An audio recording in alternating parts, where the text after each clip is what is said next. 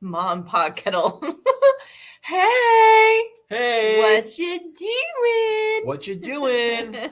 How you feeling? How you feeling? How you feeling? What's going on, guys? What's going on, guys? You feeling good? You looking good? Feeling good? You happy? You looking good? Happy. Got on my Let's Eat Kids shirt. Let's Eat Kids. Use a comma. Save lives. That is available in our Threadless store. In case anybody wants to know. What's up, Marianne? What's up? Marianne. Marianne. Shout out to Marianne. Marianne in the house.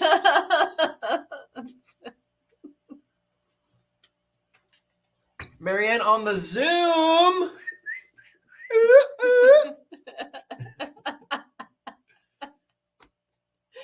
You are something this morning. I exercised already.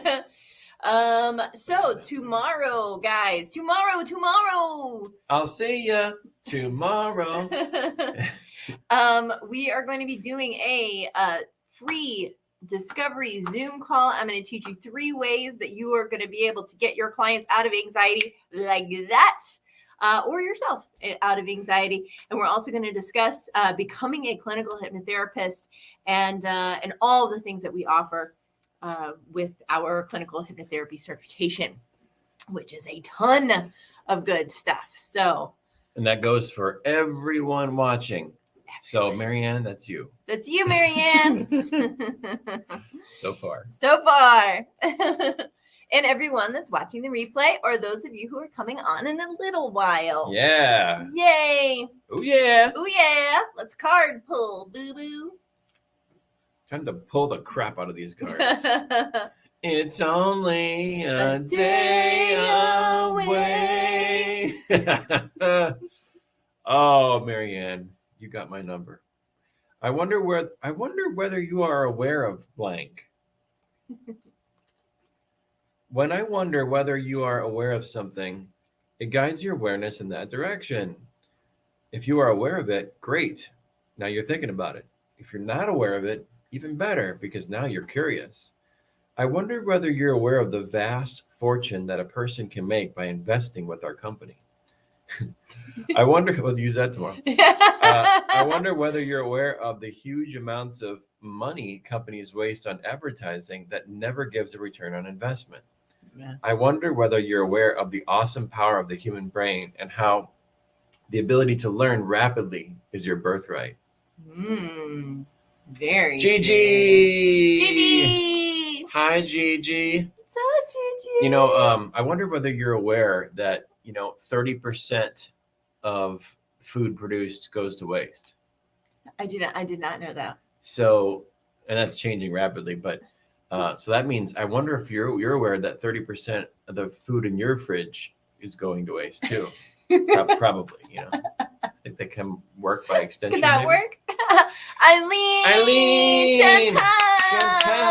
Awesome. Yay, you guys. Gigi, happy Friday. Eileen to you. Eileen signed up. She'll be joining us on tomorrow at 10 a.m. So you guys watching, be sure to join us, and we're going to teach you 3 ways to get out of that anxiety quickly for you and your clients. Yep. So it's gonna be awesome. So yeah, I wonder whether you're aware of, and when we wonder, they wonder, and when we wonder, we activate our subconscious mind, and when we activate our subconscious mind, we're putting into effect 95% of who we truly are into action. Bam. And all we got to do is visualize it. All we got to do is imagine it. All we've got to do is consider it. And it becomes closer and closer to that reality that is the truth of you, which is goodness, wholeness, happiness, joyfulness. Yeah. All right. I'm just going to pull one off the top here. Gonna pull one. Oh, very similar. What happens when you imagine? Oh, that's so what happens when you imagine? That's a great one. It's a really great one. And the way that when you use it with your clients or when you use it for yourself, what happens when you imagine? you can find out what the limiting beliefs are, what's happening within your client or what's happening within yourself. When you go, okay, I'm seeing myself doing that thing, whether it's a challenging thing or whether it's a good thing. So I'm imagining that thing. What comes up for me? You know, instead of going, well, I just don't like that thing. Well, of course you don't. Who does like that bad thing that we don't like? You know, right?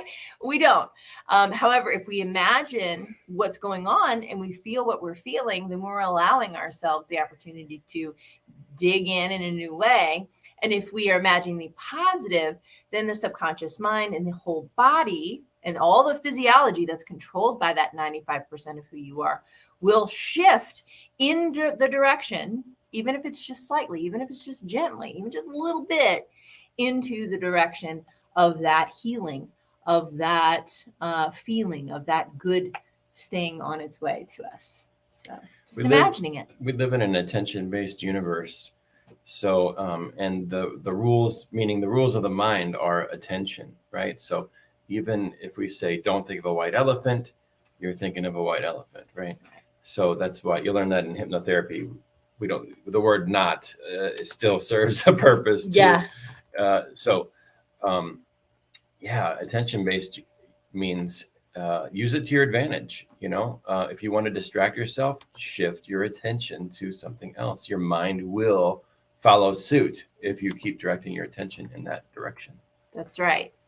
And I even put here where it says, imagine it, at the end of our Calendly.com. And the reason why I did that is a bit of an homage to my original hypnotherapy teacher, Michael Bennett, who trained me on neurolinguistic programming and hypnotherapy. And I've done a lot of different types of training, a lot of different types of schools, because I wanted to get pretty well-rounded in my approach to hypnotherapy. And I also knew that at some point I would probably want to teach it. So I wanted to get really good at doing this, but his was imagineit.com. He's since passed away. But yeah, that's my little homage to my teacher. Nice guy. Yeah, he was nice. Very nice. Oh, want to do another? Absolutely, I would. All right, let's do it. I love how you color coordinated these cards. I know. Crazy. It's wild. Awaken from the dream. Who you really are, the you that is happy, fulfilled, and free, may have been asleep and dreaming dreams of fear, lack, and not enoughness. But you are enough. You are already perfect, so you don't need to change yourself. Your dreams of the you you'd like to be, you already are that person. Wake up to the reality of who you are. Focus on that you and know that it's your true nature. Love yourself back to reality and awaken from the dream. Yes. Awaken from the dream. What do you think it'll take? What do you think it'll take to awaken from the dream? What do you think it'll take? I think it will take realizing the difference between everything that is true and false in you. Mm-hmm. You're lovable and worthy exactly as you are, but we sometimes have trouble allowing ourselves to realize that because of the limitations and the negative conditioning that is blocking us from letting ourselves feel those things. And you know, unless we do allow it, you know. Yeah. So that's when things like personal development and, you know, tools like hypnotherapy and many others come into play to help us release those false illusions about ourselves and get back to the changeless part of ourselves that is, you are lovable always. Mm-hmm. I like that.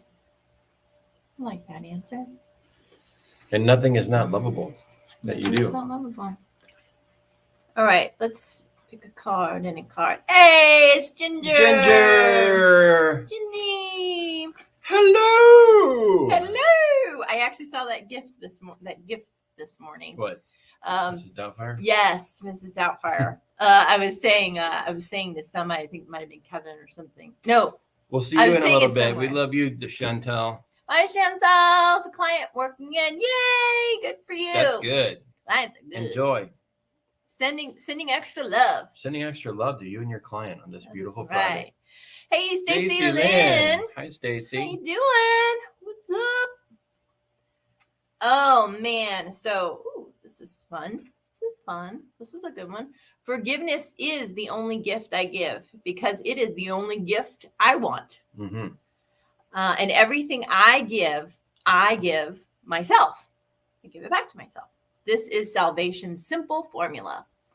Isn't that nice? Yep. Forgiveness is the only gift I give.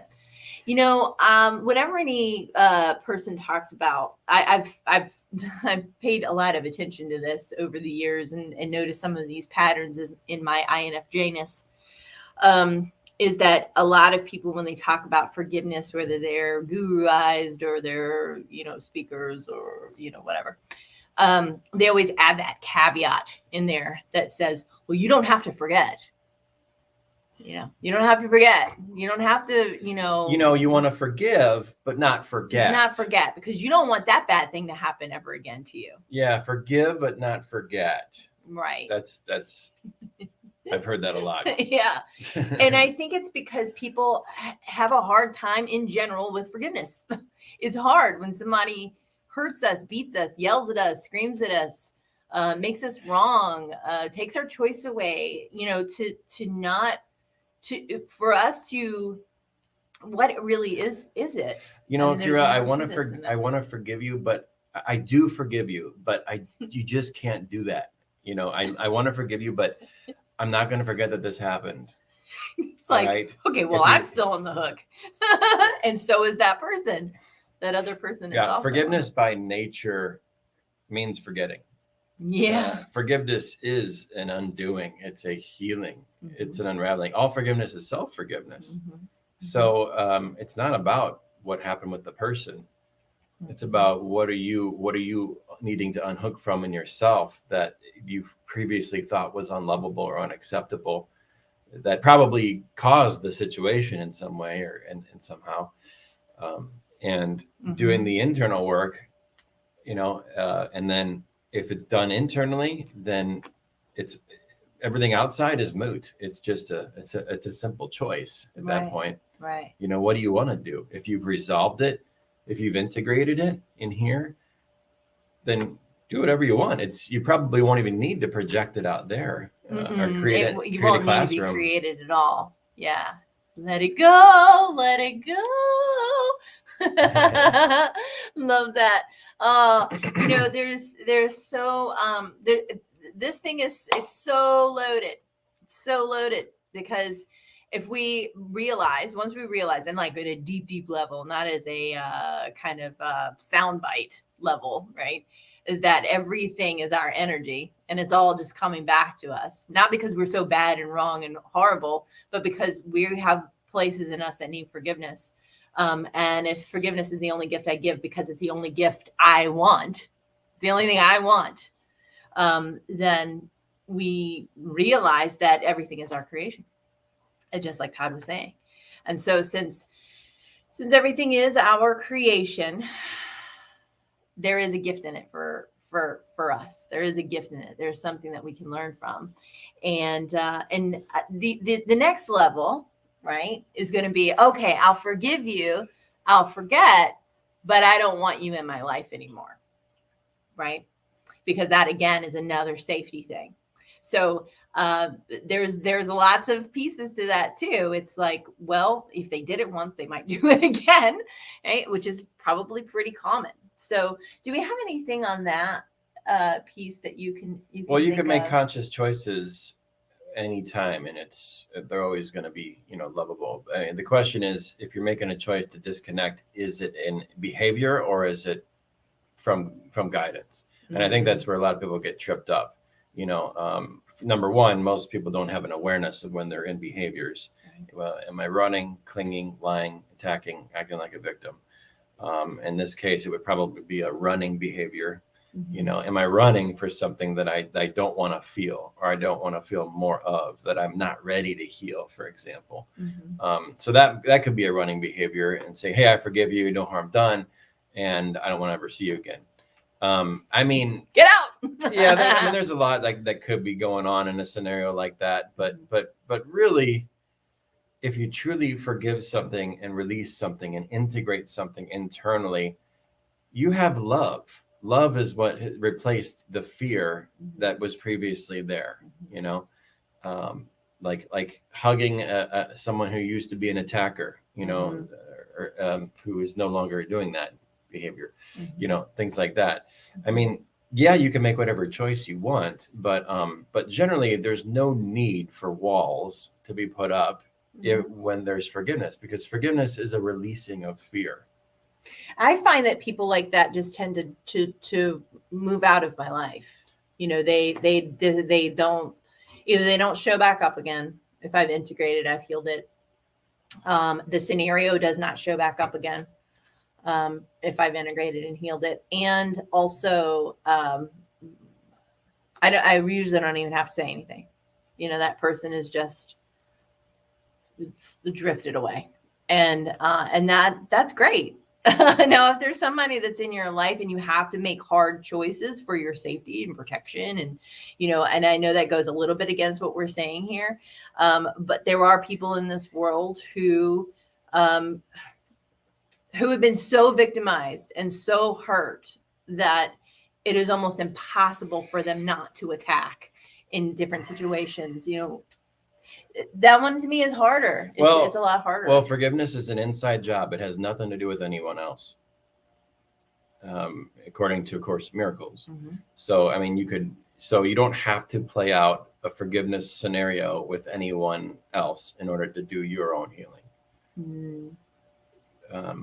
So that changes things remarkably, because there's all kinds of issues, and you can't control someone else in their forgiveness process with themselves. You know, you both have something unhealed, and then if you're both empty wells and you try to go to each other, you know, are both people wanting to forgive themselves and each other for one? Now, that's rarely the case, for it to be equal. And if they do, great. People are hugging and loving and crying. Fantastic. But that's not always the case. So regardless, it's an inside job, according to Course in Miracles. So, yeah, what does it mean? What does it mean to you to really forgive? Does it mean tucking something away in the background, and then avoiding it later? Or does it mean taking that fear on and then choosing to love instead? You know, breathing through the fear, allowing anything that any feelings and emotions that were associated with it to be integrated via, like, the presence process, for example. You know, those are the types of things that I might look at in terms of forgiveness. It's not the only way, but yeah. I mean, I think if there's a harmful situation, you step out of the harmful situation. You leave the field of death.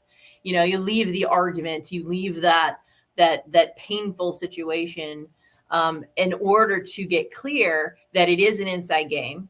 Forgiveness is about you with you, and it has nothing really to do with them. They're the messenger. They're the mess ender. So they are coming to you to say, hey, guess what? Boom. Here's what you really think. Here's what's really happening with you.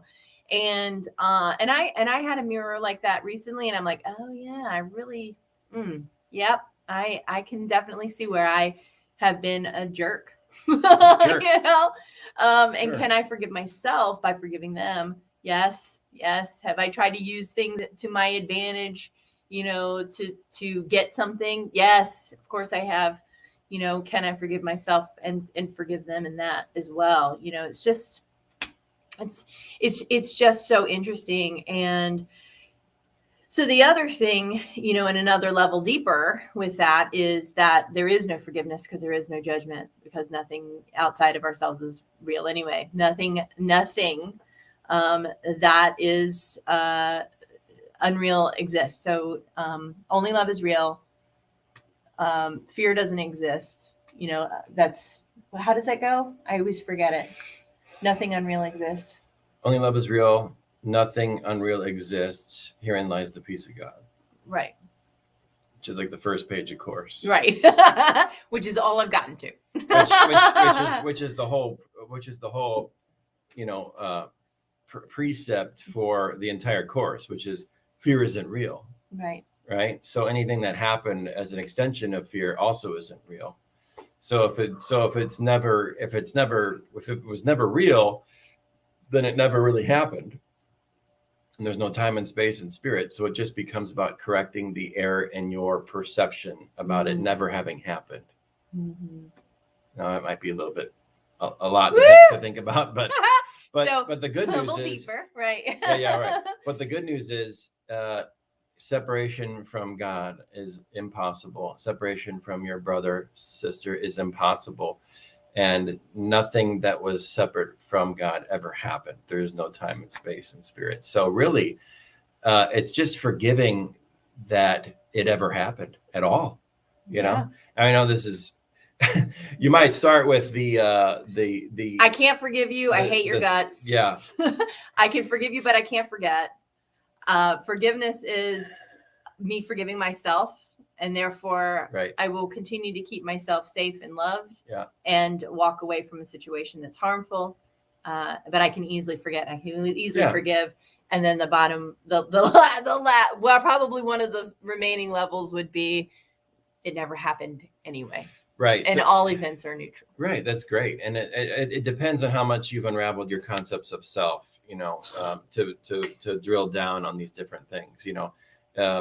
If when we first start out, we're stuck at the early levels as like, I'm just at that person's throat and vice versa.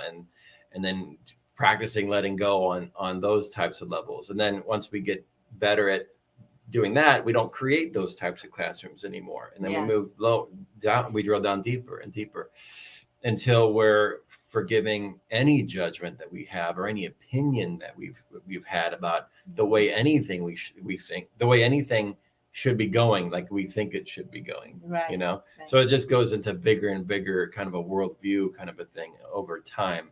But it's mostly about just allowing it to be. And it's okay. There was another point I was going to make and I skipped over it. It'll come back. I guess. So these are great. Okay. And if you let it go and it comes back, right, then you may not have fully let it go. There might have been something that is still a little bit unforgiven in there. Whether it's to yourself for putting yourself in that situation, because some people like to take on that massive full responsibility for everything that happens to them.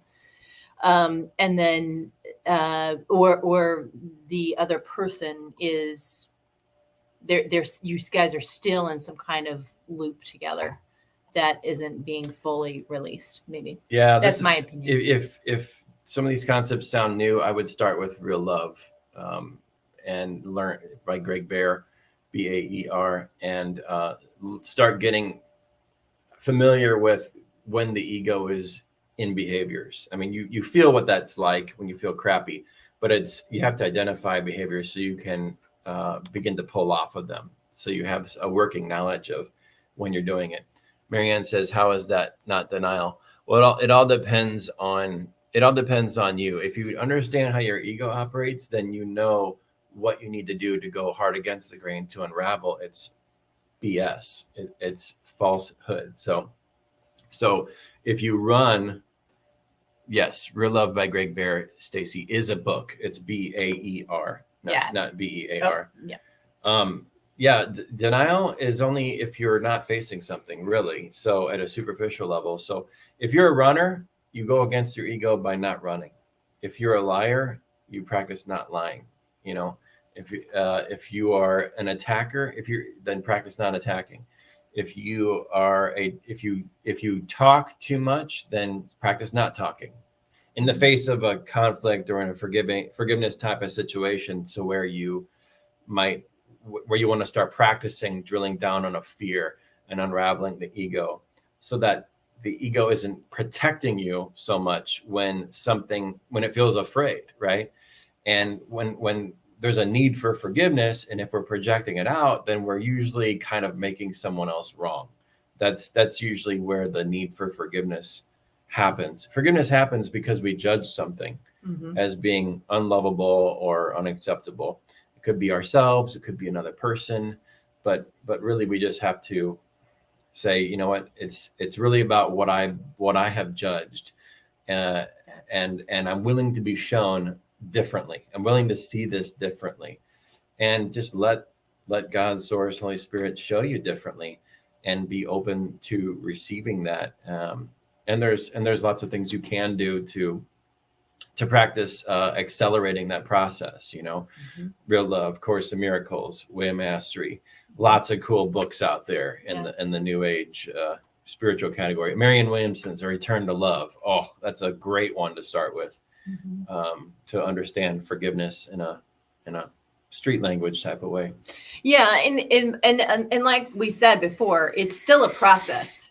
You don't go from I fucking hate this person to, you know what? I realize that only love is real. we don't get there from there. We have to allow that process to unfold for us pretty naturally, as much as I would like to see. Yeah. It can take years. And so, yeah. And I would say that one of the things that the ego likes to bring up is, well, isn't that just denial? Isn't that just something that is, I'm just ignoring, or I'm not addressing, or, or don't they deserve to be punished, or those kinds of things.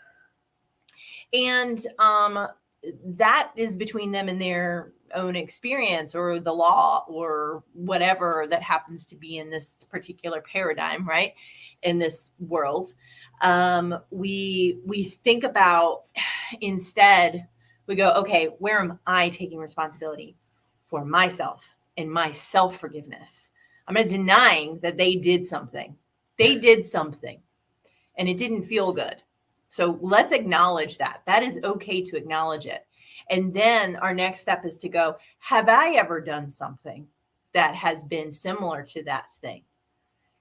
Or have I ever tried to take someone's choice away? Have I ever been hurtful to someone? Have I ever done something that has been untoward? Have I ever been angry? Have I ever lashed out? Have I ever been, rude or unkind? Sure, because we're humans and we do those kinds of things.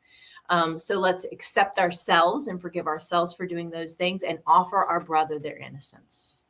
Oh, thanks for bringing that up. Sure. That is and if you've watched our other videos when we've talked about Course in Miracles and judgment, the fastest way out of judgment is by offering your brother, sister, and yourself your innocence, right? Which is saying, hey, there's nothing that's not lovable. And some of this is easier to understand if you're coming, this is course-based language, so, the street language of innocent means, well, you're not guilty, you didn't commit a crime or whatever. In course language, right, innocence means understanding from a foundational standpoint, which course teaches that nothing is unlovable and nothing is unacceptable. Everything is lovable. So it's really about learning how to drill down on your concepts of self and realize that you're innocent, and the truth about that, and claiming it every time. And like Kyra said, yes, you're going to have to practice. You're gonna have to practice mentally a lot to get into the emotions about it, so that you can emotionally, at the deeper part of your mind, accept it. Now, if you want to go faster than just doing affirmations without moving the needle emotionally on things, then you want some tools that are a bit harder hitting and more effective than just affirmation. Right. Tools that help you go faster. Real Love, of course. Presence Process, definitely Michael Brown, and hypnotherapy. Yeah, those are like the fastest tools I have encountered that I would recommend. So hypnotherapyschool.net. Hypnotherapieschool.net. Yeah, and it's absolutely true too.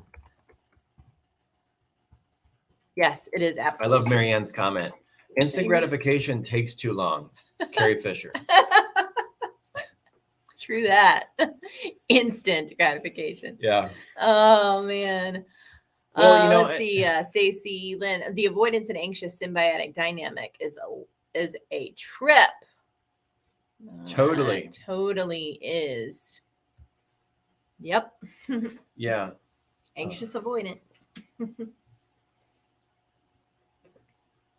Yeah. Yeah. Hypnosis is instant gratification. It totally is. That's good, yeah. Yeah. But It not is- not it- in the way that instant gratification is understood in general, No. which is generally means I want imitation love and I want it right now. Right. But hypnosis can make you feel better right now for the right reasons to help you unravel those negative conditions in the mind. Right. It gives you a little bit of space to open up. I mean, we've seen thousands of clients and I would say the majority of them broke down in my office with me in tears around something that they have felt very, very helpless about. And so it's not the way that we teach it and the way that we helped our clients and the way that we've helped our students become teachers or become hypnotherapists. It's not been about instant gratification, that's for sure. Yeah. No, not at all. It's about getting to the root and not just cutting the grass, but getting to the roots. Yeah, and not all hypnotists have the same goal when working with clients. Like some of them focus on habit replacement and just symptom relief. We always did the hypnotherapy, and we did root issues only, and eventually that's all we did, and emotional change work. So yeah, and so hypnotherapy just basically allows you to work through the subconscious mind to get to the same result without having to do so much consciously and understanding things and then having to drill down through your cognitive understandings into the recesses of your mind. And then, there's less intellectual work that you have to do if you just receive hypnotherapy. Yeah. Yeah. And Stacey brings up a good point. I love energy healing. It's instant. Yeah, it really is. In many ways. That's how I started my career. And the intention really matters. I was just hearing that in an important podcast the other day. The intention is a really important component with any kind of healing. Absolutely. Healing work. Stacey is saying, I work in mental health. Hypnosis is a direct route. Thank you for saying that, Stacey. Thank you. That is so true. And those are really the people that we want to work with too, as our students, are those who are mental health practitioners and things like that, because it is an amazing add-on benefit to working with clients. So thank you for mentioning that. Yeah. Yeah. What else? What else are we going to talk about? Do we want another card? Do we want to talk more about forgiveness? I feel like we covered it. Yeah, I'm open to whatever. Yes, Stacey Lynn. That's a belief buster.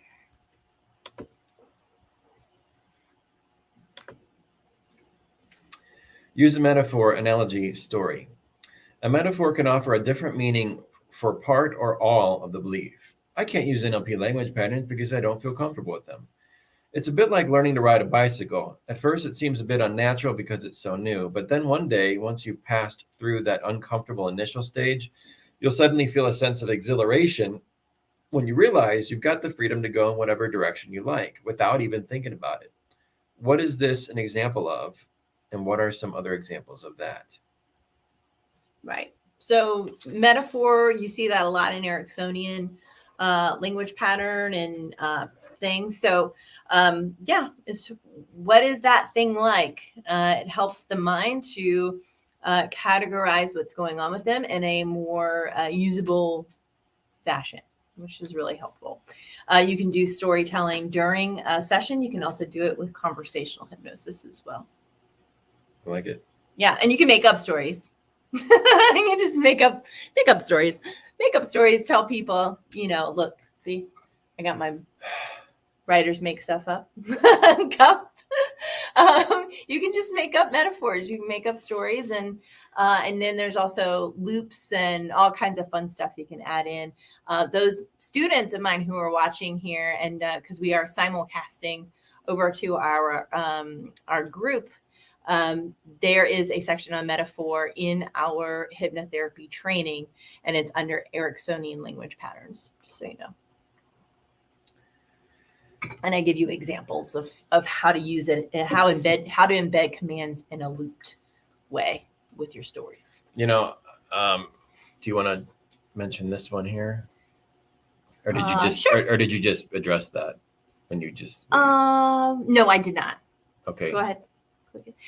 Conversational hypnosis is where you basically are doing hypnosis work while you're talking to someone. So sometimes it's happening during the intake.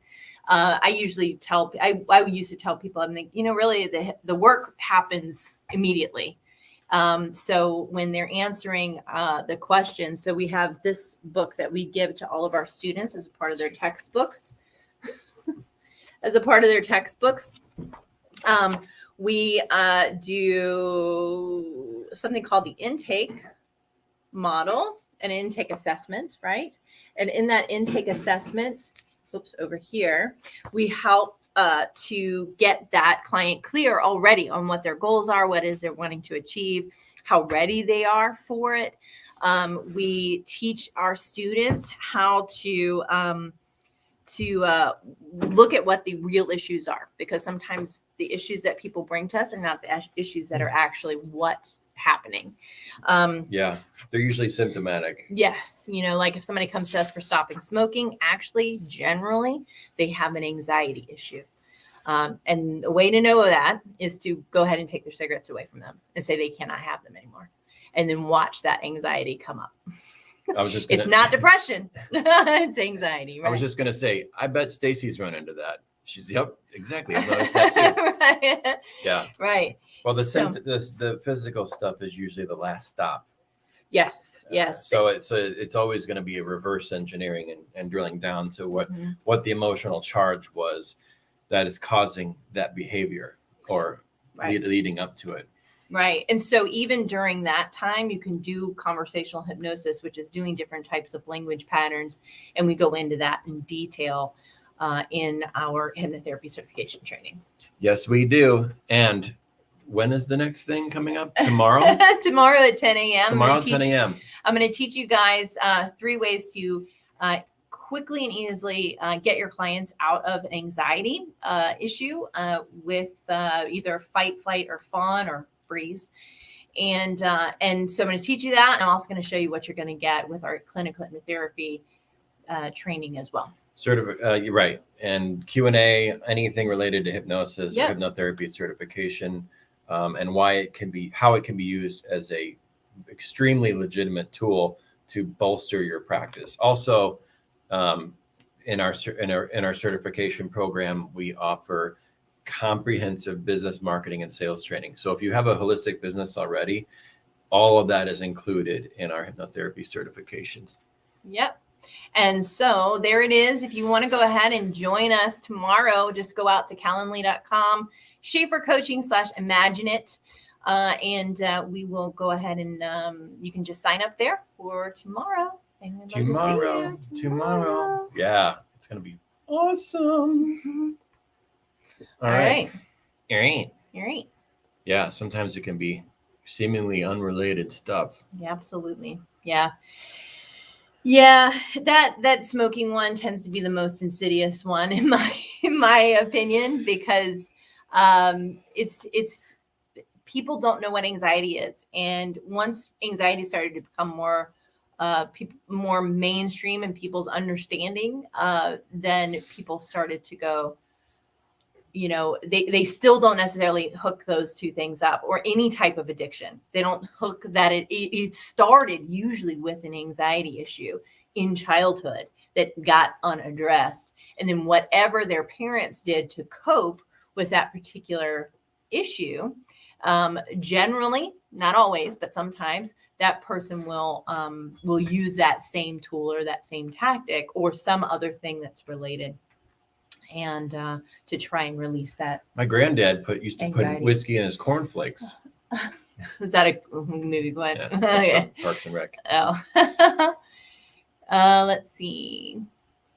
Yeah. Awesome. Yeah. Let's see. Please come with us tomorrow, Stacy, at 10 a.m. We would love to see you there. Yes. Please. Happy to educate you. And a lot of people don't even know, Stacy might know, but a lot of people don't even know the what hypnosis really is. You know, like Yeah. they have their ideas and they think of television, they think of stage hypnosis. but the hypnotherapy is a much different thing.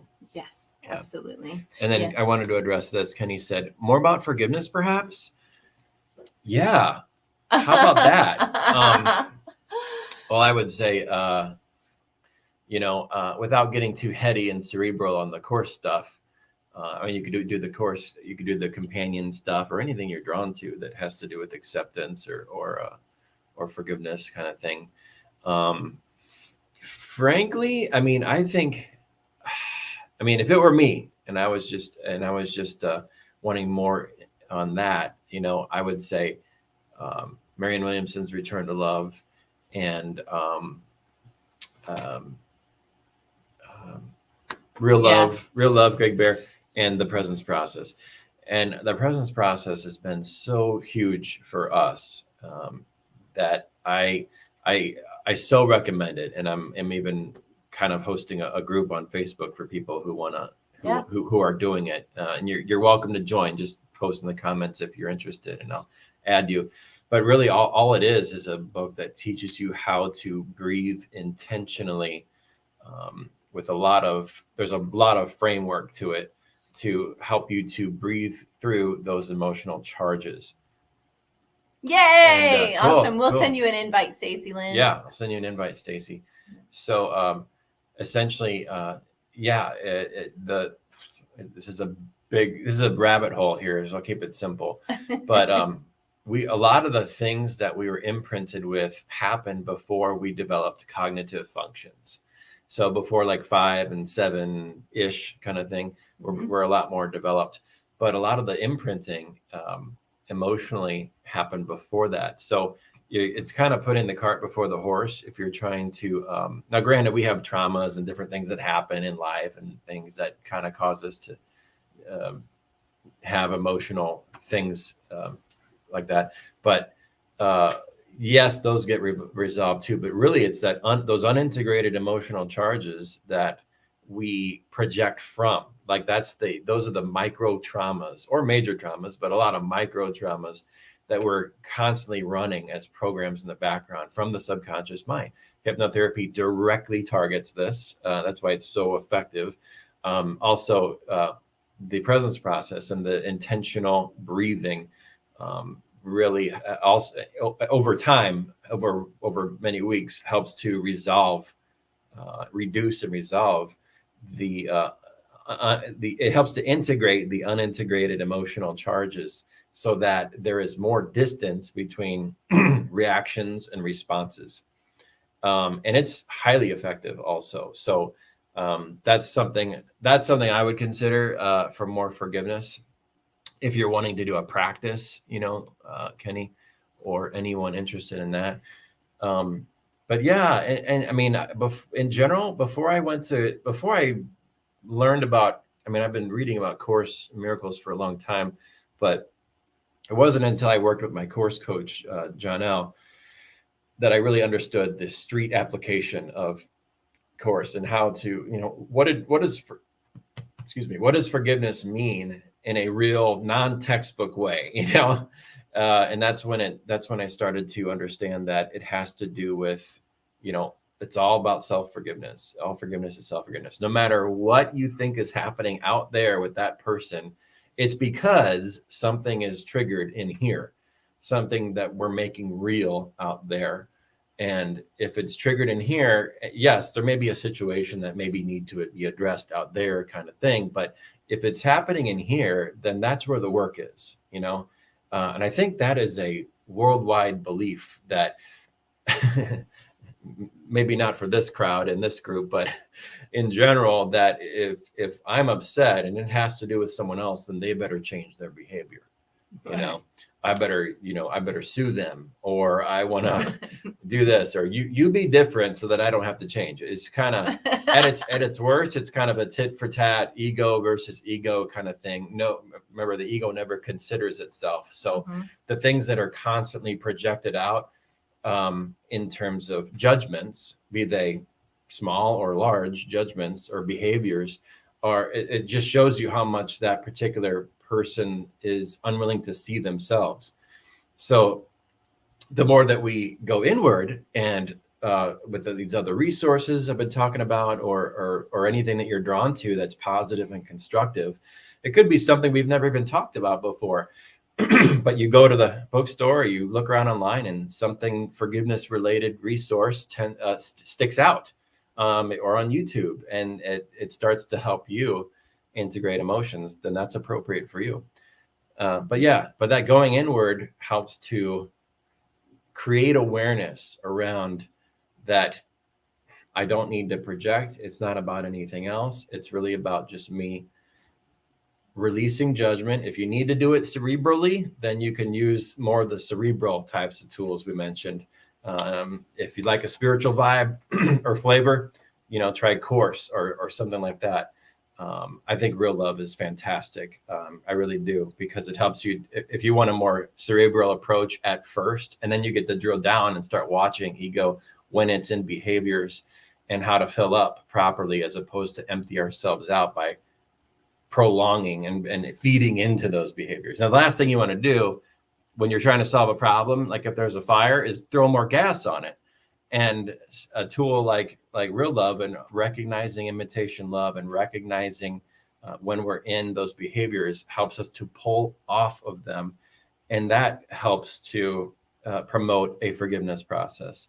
And then of course, I'm a huge fan of Michael Brown and the presence process, because that breathing helps to integrate the charges, the things that sting inside there, which is the places where we haven't forgiven ourselves, because love isn't there yet, or it's underneath it, So it's really about the application. This is the last thing I'll say.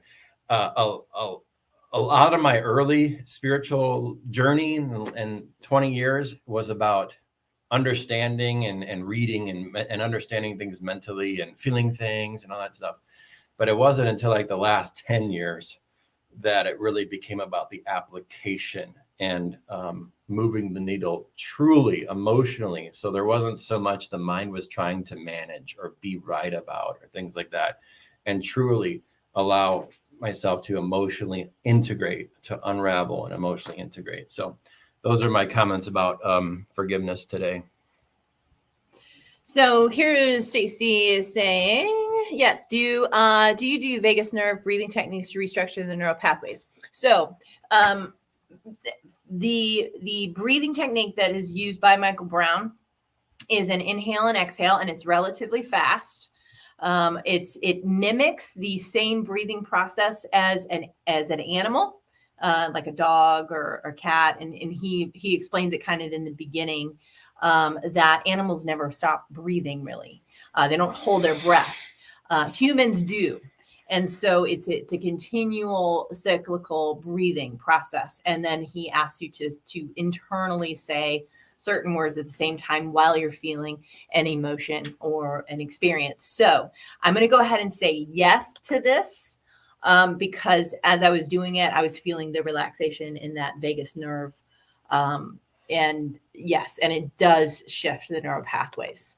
And while you're doing it, because you're doing something simultaneously, the neural pathway that's being fired off, that wired and fired impulse in the brain is getting blocked or shifted with a new awareness. So a new neural pathway is getting created simultaneously. And the more that new neural pathway is dug in, that new synaptic response is happening.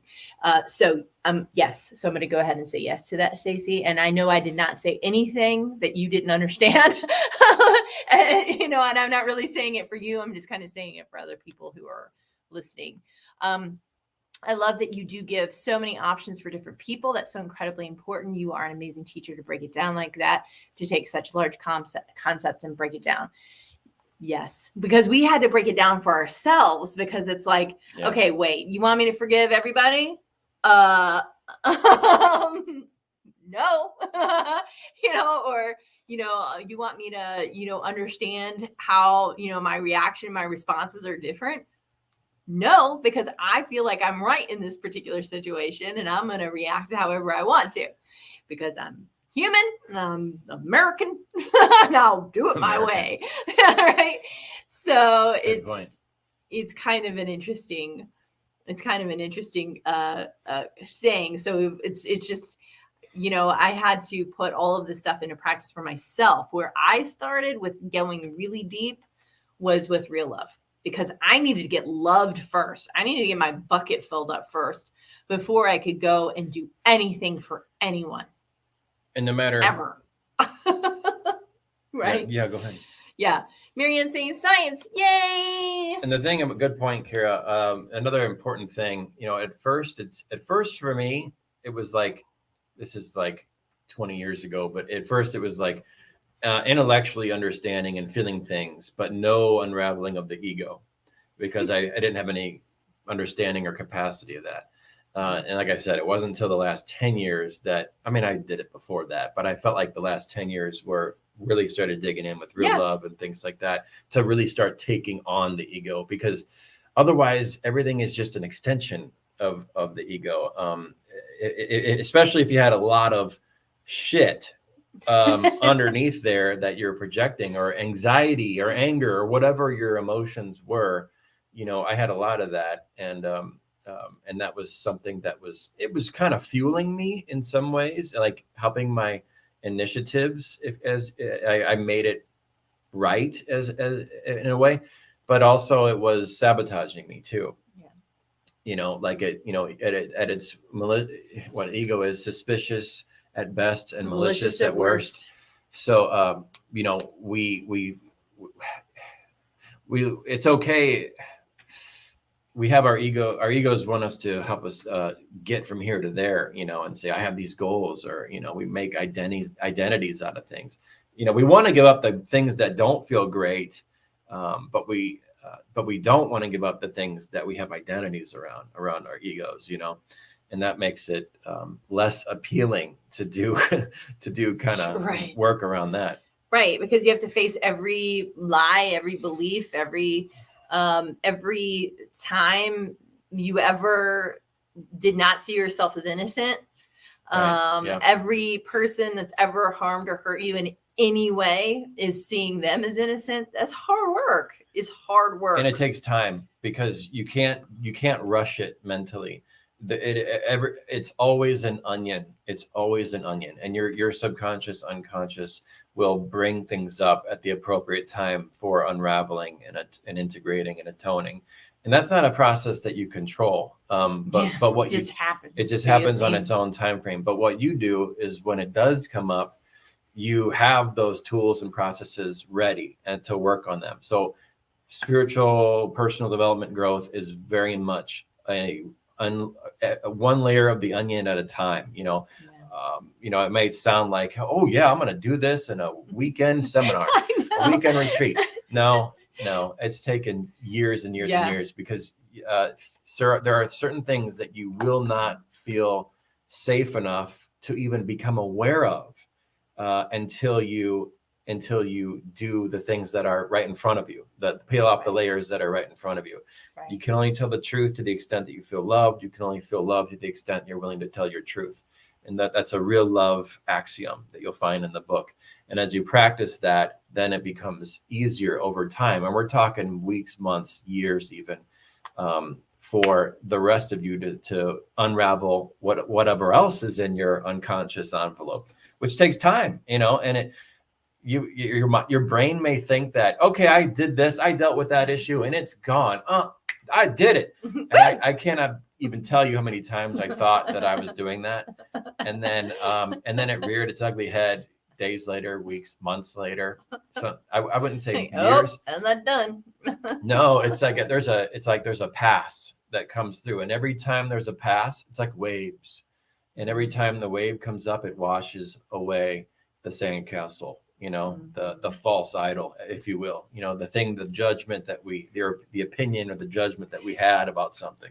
The thing is like a sandcastle that is gently washed away through each wave. We just did a metaphor. That is an example of a metaphor. I think she's referring to the card from earlier, right? The NLP card. Yeah, that's what I'm referring to. Yeah. Yeah. So, So yeah, it's never a one and done. Okay. It's just about being responsive to what is coming up and allowing that as best as possible, but certainly not controlling it, because you can't get to the deeper levels that you might want to get to if you're not doing the level that's right in front of you. Right. Yeah. Yeah. And, I think about, when we teach hypnotherapy, and then also too, when we have done and have had clients, one of the gifts that you bring to that is having dealt with these types of things yourself, because you can help guide that person in their healing. And also to knowing certain things. Like I know what stopping smoking takes, because I had to stop smoking. And I know that that there is a whole bunch of tentacles and lies and beliefs and, lack of innocence and shame and all those kinds of things, and secondary gains that are all built into that particular habit. And the same thing goes with, eating in a way that's unhealthful or unhealthy or unhelpful. Yeah. Makes you and foggy. But it's taken me years, not 3 sessions, not 6 sessions, not 12, not 25 sessions. It's taken me years. It took me years to stop smoking. It took me years to eat in a more healthful way. It took me years. Lots of tries, lots of, I do it for a while, then I don't do it. And I do it some more, and then I don't, and I don't. And it's like the ego and then he does it, and then I do it. And then, then we get into this loop together. Right. It's never about trying real damn hard and then getting it and then sustain. I mean, that's not sustainable, especially if you have a lot of unintegrated charge underneath it. Mm-hmm. So usually there's a lot of passes. From trying and then saying, oh, I can't do this, and saying, screw it, I'll eat fast food. And then saying, you know what, I can't stand any more fast food. This is making me feel like crap. And then you go back to it. I mean, the ego, it really goes in phases, kind of thing. Yeah. Oh, thank you, Kenny. Yeah. Smoking's a tough one. That took a lot of passes too. Absolutely. That was like, as much as I hate vaping, just because it is so chemically horrific, but it did help me stop smoking. It was the act of it that was so enticing for me. And it just took so long. It took so long.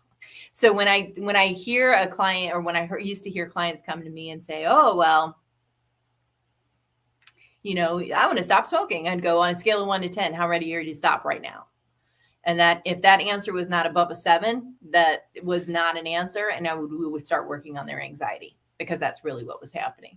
So to me, it's like, let's look at the truth. Never guarantee somebody's going to stop doing specifically a habit, because there are so many connections in there. And if they're not doing some of the things like we're talking about, doing that breathing and transformational work and, all that kind of stuff, and looking at what's really happening and paying attention to their environment. If their environment is not conducive to that, and there's blame and shame and guilt, and that's just going to keep that process in place. They might stop for a little while, and they might just need to notice that they could stop for a little while. And that might be a good start, but it may not be the end. That the only time that a habit is ended with hypnotherapy is when what's called a golden moment.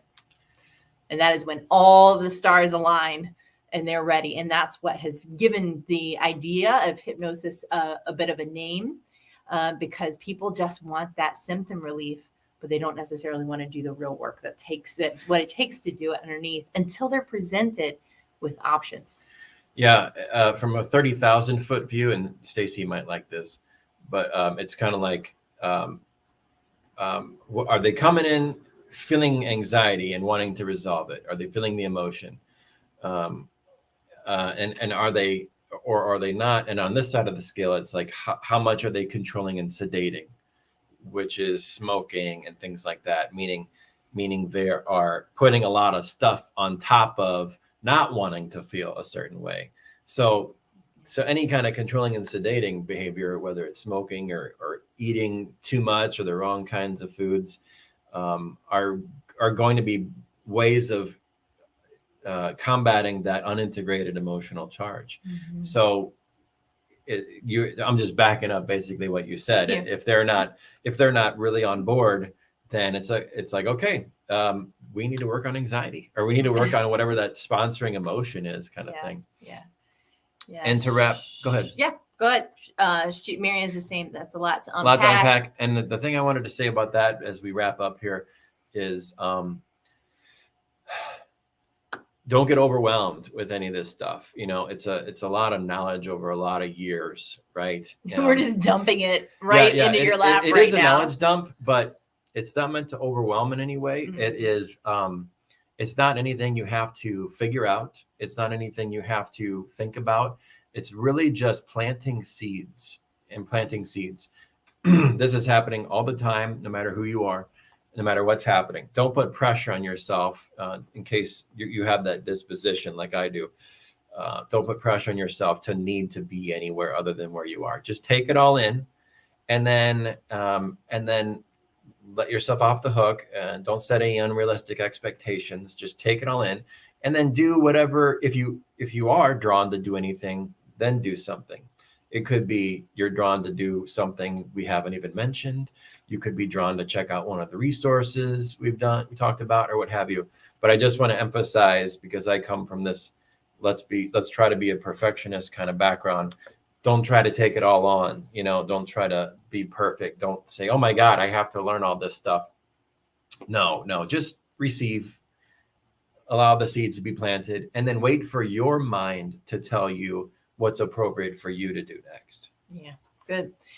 Awesome. Well, thank you guys so much for watching and for listening. And Stacey Lynn said that you had a little burst of green in your aura when you were mentioning something. It was actually interesting that you mentioned that, because I felt it. I'm a feeler more than a seer. So I kind of felt that, what you were talking about. So it's very cool.